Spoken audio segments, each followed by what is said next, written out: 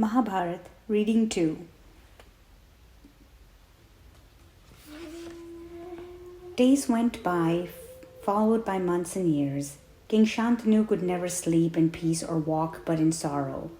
He was always in grief because of the loss of his 8 sons and his dear queen. He often used to go to the bank of the Ganga and sit there watching the waves with a heavy heart. But one day, it so happened that when the king reached the river bank, he saw a young boy with a bow in his hand and a quiver of arrows hanging from his shoulder. The king felt unconsciously drawn towards the boy and kept gazing at him. Just at that moment, Queen Ganga emerged out of the river and came to the king. She said, "Here is your 8th son, O king. I have brought him up in order that he should be able to cope with what is to befall him in his life on this earth." Educated by Saint Vashishta himself in morality, religious education, statecraft, archery, and many other arts, he equals Parshuram. Be you blessed to have your son, which I have named Devavrat. Then, blessing the boy, Ganga disappeared. How happy the king must have felt to have his son back can be well imagined by readers themselves. Returning to the palace, the king celebrated the advent of the birth of prince and declared him to be his regent. Devavrat was immensely brave. One day, while training a new horse, he chanced to get to a distance from the capital. Suddenly he saw an enemy king coming with a large force to invade Hastinapur. It was the prince of Shalva kingdom. Devavrat challenged him and put his enemy to rout. Not only this, he captured the enemy prince and presented him before his father. King Shantanu was indeed very happy with his promising son. But he missed Ganga very much. He sometimes felt lovelorn also. Years rolled by, and one day a strange thing happened that was destined to yield far-reaching consequences as far as the history of Kuru dynasty was concerned. The king was having a stroll on the bank of Ganga when he saw an extremely charming maiden. Lovesick as he was, the king felt highly fascinated by her beauty. She was Satyavati, the daughter of the chief of local fishermen.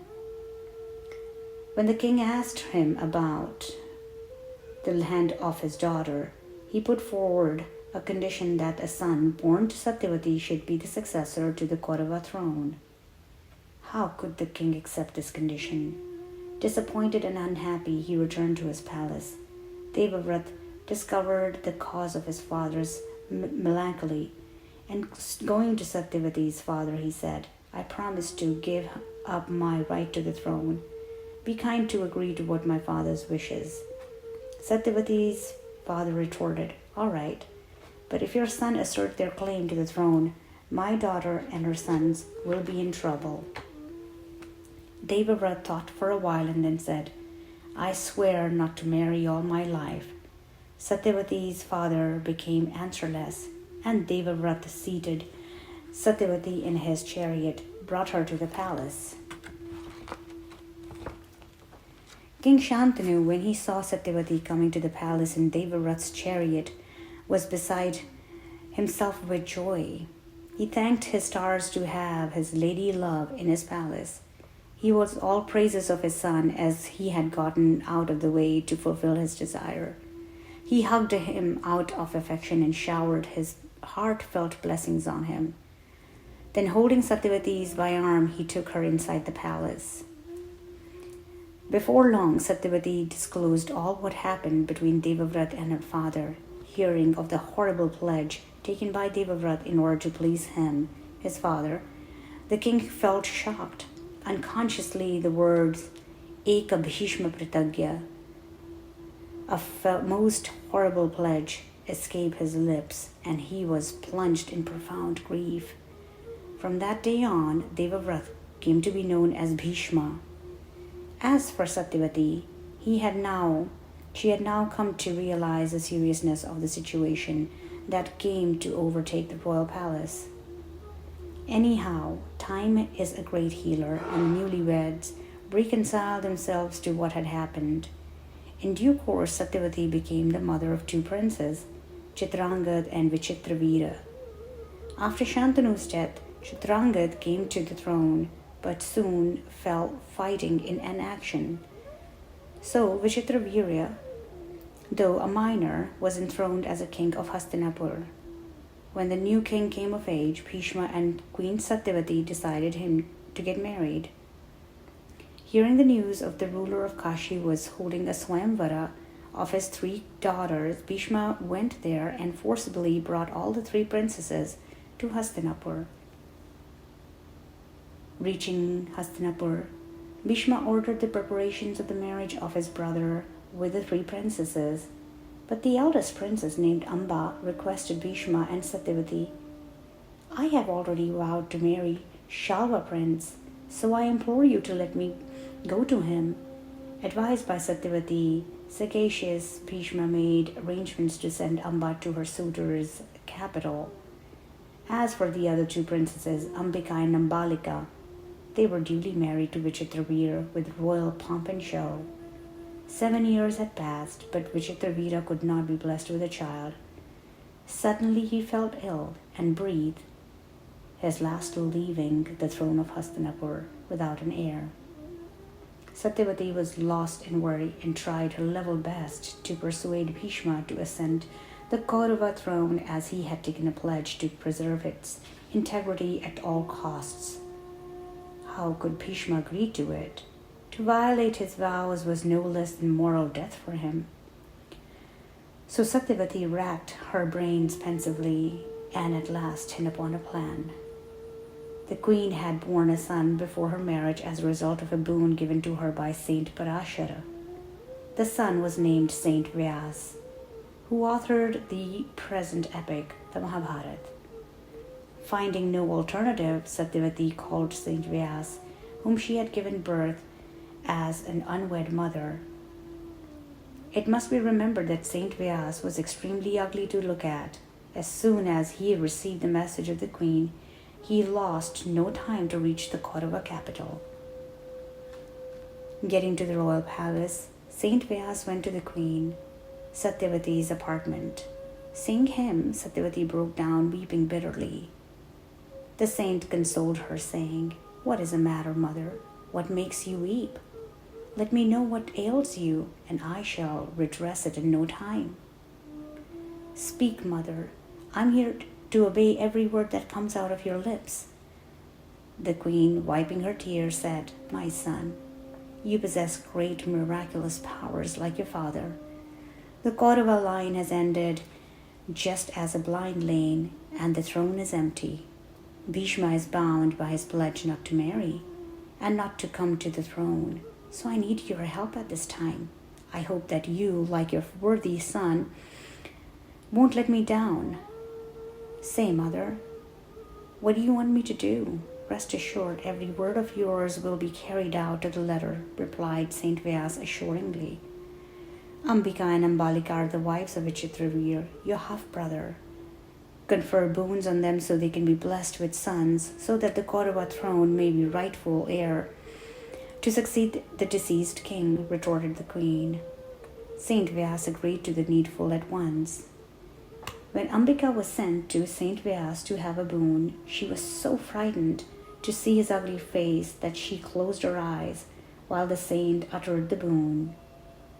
So the saint told the queen Satyavati that the son born to Ambika would be blind of both eyes, though he would be a man of great physical strength.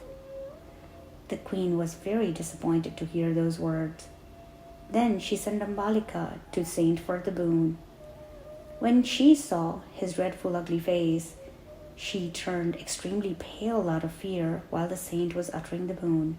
So Vyasa told his mother that the son born to Ambalika would be pale in complexion, though he would be very brave. The queen felt awfully hurt at heart. What could be done now? Queen Satyavati was at loss to understand how to solve a difficult situation she was in.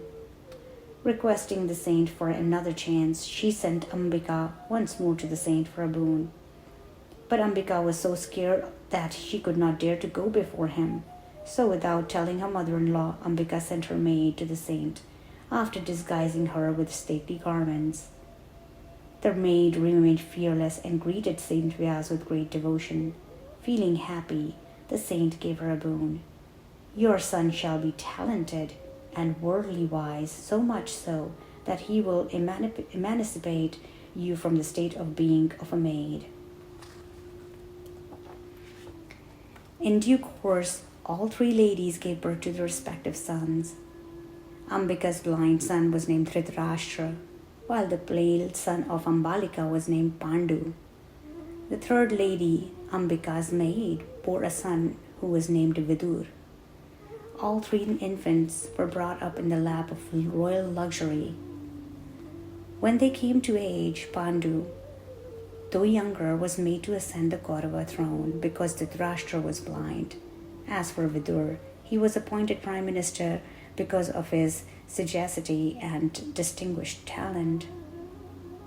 Dhritarashtra was married to Gandhari, the princess of Gandhar. She, as a true wife, bandaged her eyes with a piece of cloth as soon as she heard that her husband was blind. Gandhari gave birth to 100 sons and a daughter named Dushala, who was married to Jaidarath, the ruler of Sindhu.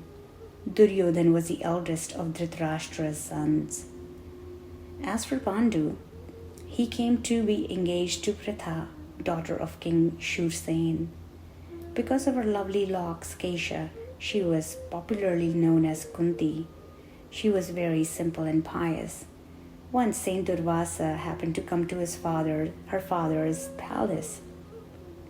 Kunti served the saint with such devotion that he gave her a mantra through which she could invoke any god. Underripe as Kunti was so far, she could not help invoking the sun god through the above stated mantra. The sun god appeared and gave her a boon to be blessed with a son.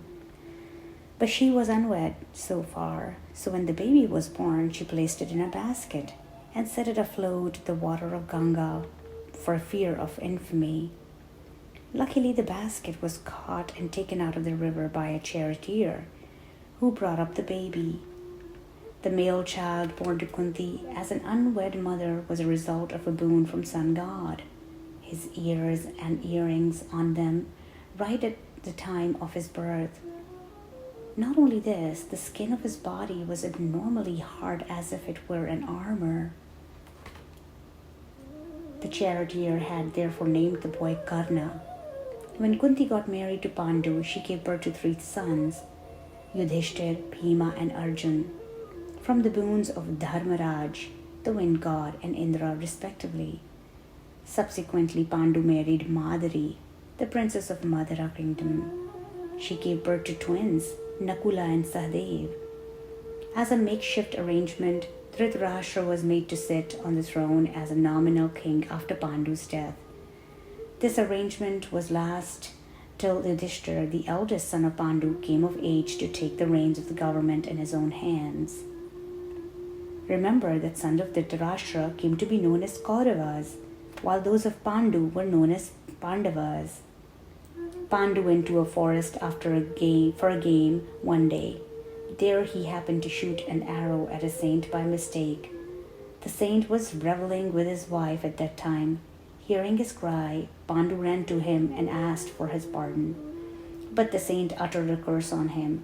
"O cruel king, you shall die like me when you go near your queen." So one day when Pandu, bewitched by her younger queen Madari, went near her, he fell down dead. Madari burned herself with her husband's dead body, leaving the burden of Pandu's 5 sons on Kunti to bring them up.